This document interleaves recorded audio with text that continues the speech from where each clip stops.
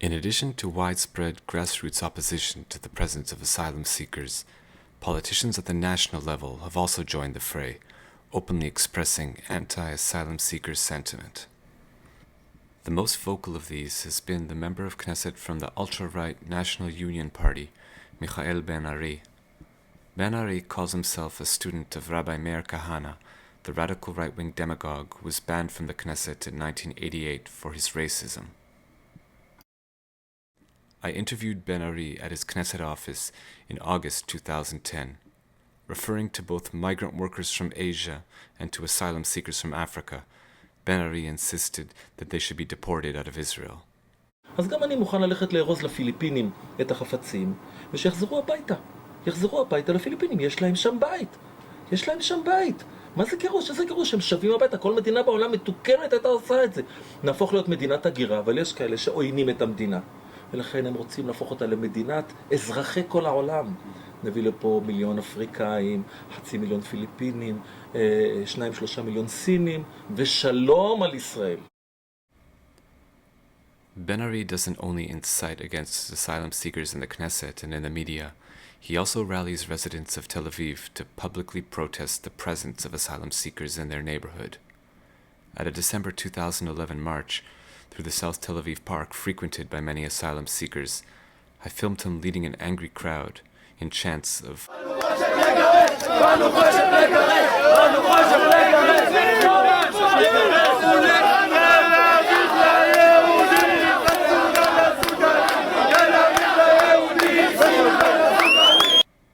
With the help of his parliamentary assistants and local leaders, Ben-ari helped found a neighborhood defense posse in March 2011 that patrols neighborhoods of South Tel Aviv with high concentrations of asylum seekers. There have not been any reports of violent altercations between Ben-ari's neighborhood defense group and local asylum seekers as of this writing, but many asylum seekers have reported being physically attacked and bullied by native Israelis.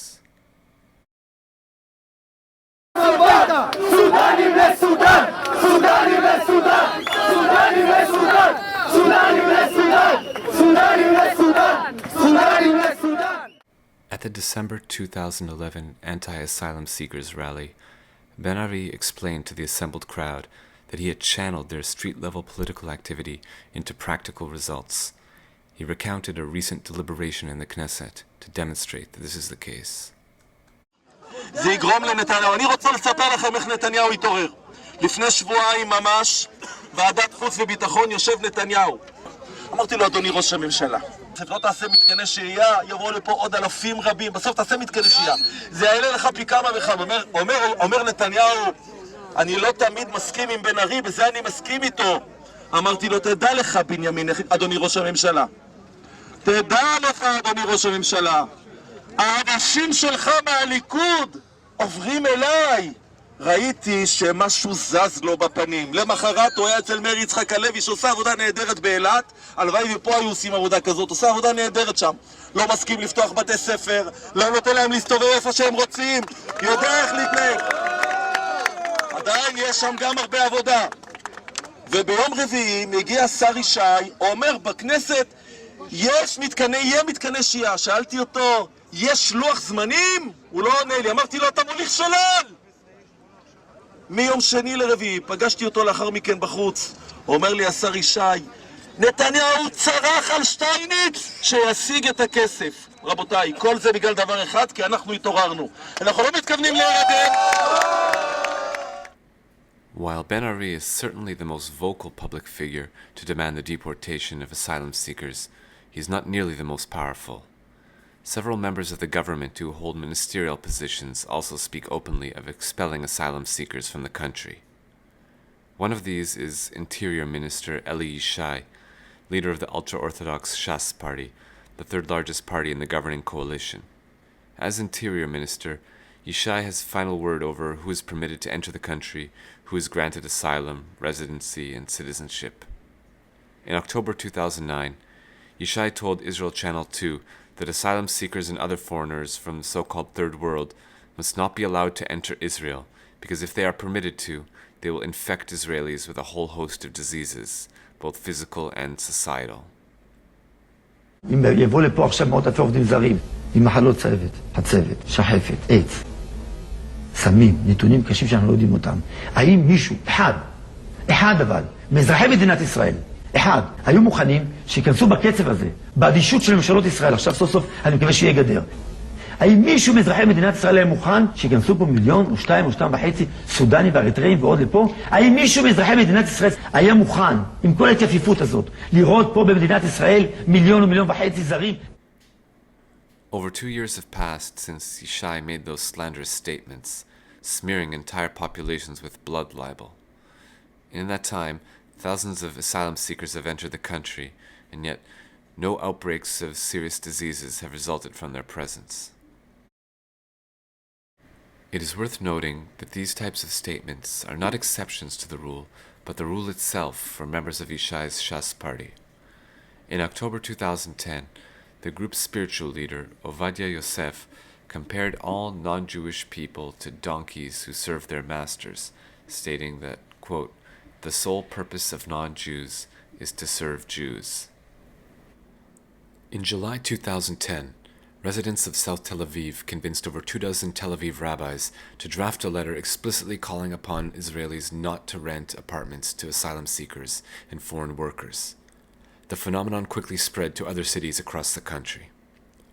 In December 2010, hundreds of Israel's leading rabbis, including dozens of chief rabbis of municipalities throughout the country, who are paid from the public purse, issued a religious edict instructing Jewish people to not sell homes or even rent apartments to non-Jewish people, including asylum seekers. In the letter, the signatories explained their rationale for forbidding property sales and rentals to non-Jewish people. To justify their decision, the rabbis quote biblical passages from the book of Deuteronomy, chapter 7, verses 2 and 4. An examination of this biblical passage, which these rabbis believe is the living word of their God, reveals the context upon which they base their religious ruling. When your God Yahweh brings you to the land that you are going to inherit, he will banish other nations, and your God Yahweh will deliver them to you, and you will strike them down. Utterly destroy them, and do not sign any pacts with them, show them no mercy, and do not intermarry with them. Do not give your daughters to their sons, and do not take their daughters for your sons, but instead do this to them: shatter their altars, and break their monuments, and chop down their goddess figures, and burn their idols, because you are a holy people to your God Yahweh. He chose you to be his special people from all the nations in the world. The letter goes on to cite another passage from the Bible to bolster its argument that Jewish people must not sell or rent to non-Jewish people. The rabbis reference the book of Numbers, chapter 33, verse 55, which is very similar in content to the first biblical reference. And Yahweh said to Moses on the plains of Moab by the Jordan at Jericho, "Tell the people of Israel, when you cross the Jordan into the land of Canaan, drive out all the inhabitants of the land, and destroy all their statues, and destroy all their images, and demolish all their altars. Drive out the inhabitants of the land, and settle there, because I have given the land to you to possess. But if you do not drive out the inhabitants of the land, then those that you permit to remain will be like thorns in your eyes, and like pricks in your sides, and they will make you miserable in the land in which you live." Again, the rabbis make reference to an explicit call to ethnically cleanse the country as if it is still in effect, and warn their constituents that to rent an apartment to a non-Jewish person is an act of hostility to their Jewish neighbors, because the Bible proclaims that any non-Jewish person present in the land will make you miserable. The rabbis sum up their letter by calling upon their followers to socially and economically boycott any person who, despite their urgent warnings, continues to rent property to non-Jewish people. Those who signed were not only chief rabbis of religious communities and West Bank settlements. The list of signatories includes the chief rabbis of many cities whose populations are overwhelmingly secular in orientation: Afula, Ashdod, Bat Yam, Carmiel, Eilat, Herzliya, Gadera, Cholon, Kiryat Gat, Kiryat Motzkin, Metula, Nahariya, Natzeret, Pardes Chana, Ra'anana, Rishon LeZion, Rosh Ha'ain. Immediately after the publication of the rabbi's letter, many asylum seekers were summarily ejected from their homes without proper notice or any just cause. In the middle of the winter, the African Refugee Development Center documented that many asylum seeker families had their electrical heating and hot water services completely cut off by landlords who preferred to comply with the rabbi's letter than with legally binding rental contracts.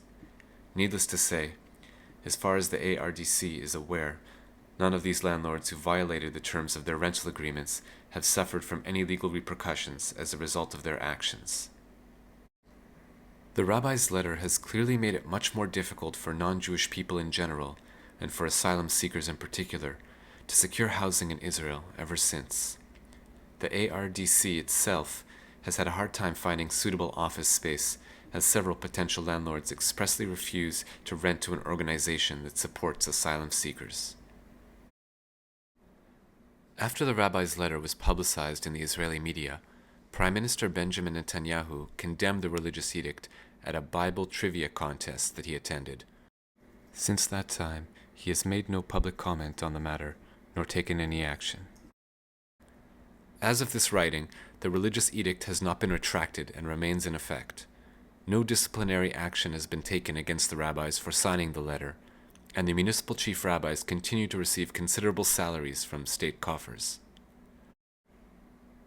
6 months after the publication of the rabbi's letter, in May 2011, the Religious Services Minister announced that municipalities would increase the salaries of novice rabbis on its payroll by 250% to between 16,000 and 29,000 shekels per month, according to a report in Haaretz. The report said that veteran rabbis received monthly salaries of more than 30,000 shekels.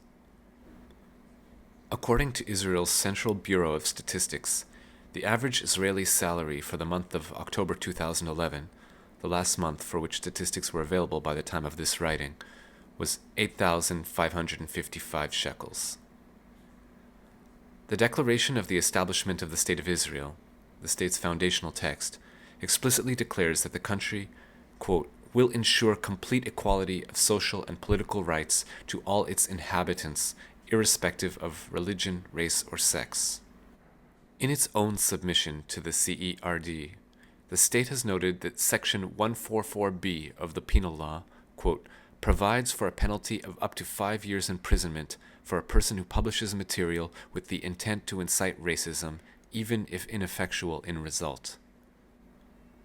No rabbis, however, have been charged under Section 144B for issuing this religious edict. By permitting them to keep their jobs and taking no disciplinary actions against them, the state has clearly neglected its duty to ensure equality for its non-Jewish inhabitants and given tacit approval for widespread racial discrimination.